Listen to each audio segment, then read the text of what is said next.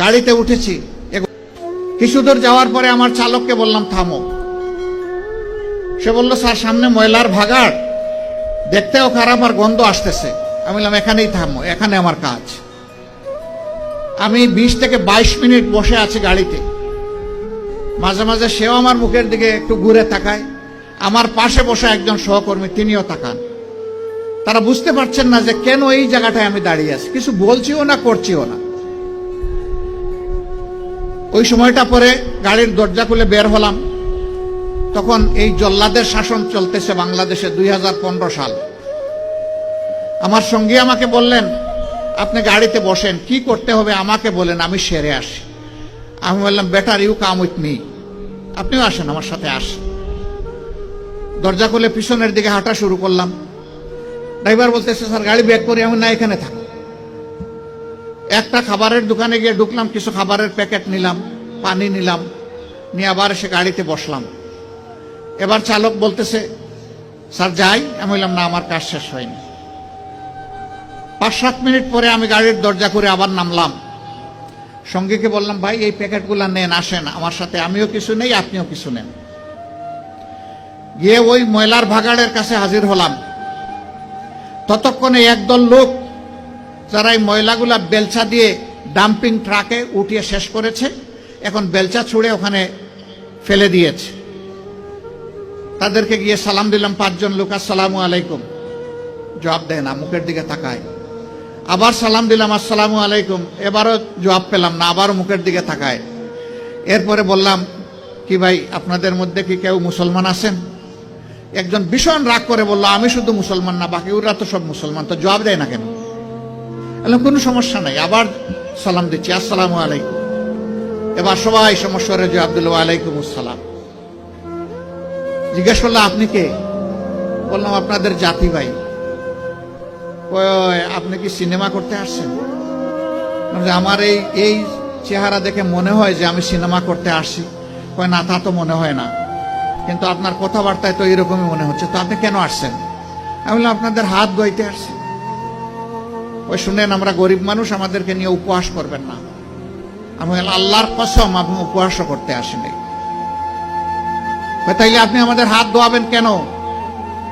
আমি বললাম তোমরা সমাজের হাত ধোও, একটা দিন অন্তত তোমাদের হাত ধোয়াই। ওই আমাদেরকে ছেড়ে দেন, আমাদের অনেক কাজ, বুঝতে পারছি না আপনি কি জিনিস।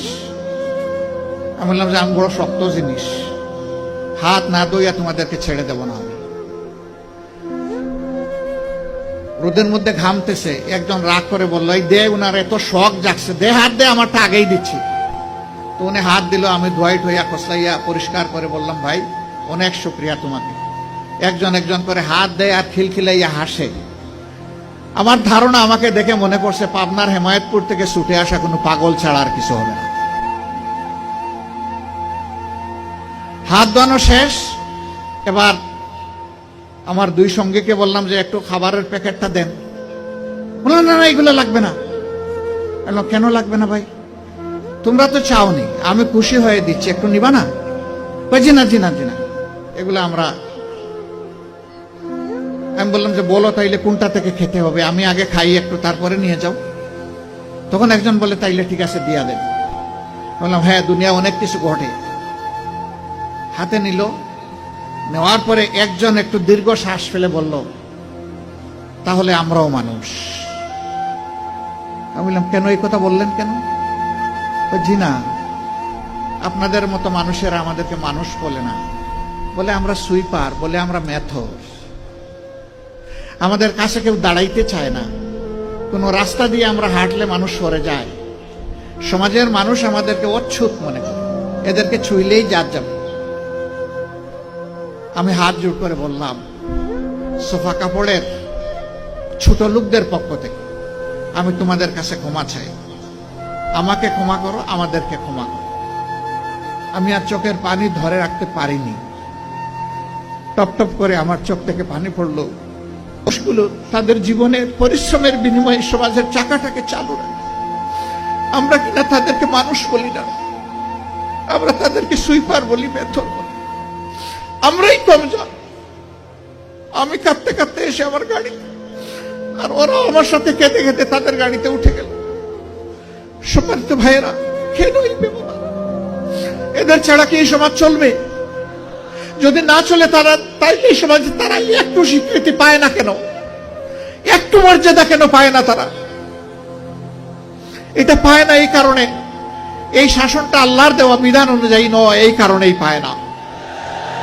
যদি আল্লাহর দেওয়া বিধান অনুযায়ী পাইতো, তাহলে ওরাও নিজেদেরকে সম্মানিত মনে করত, তাদের মুখ দিয়ে এই কথা বের হয়ে আসতো না, যাক আজকে বুঝতে পারলাম যে আমরাও মানুষ।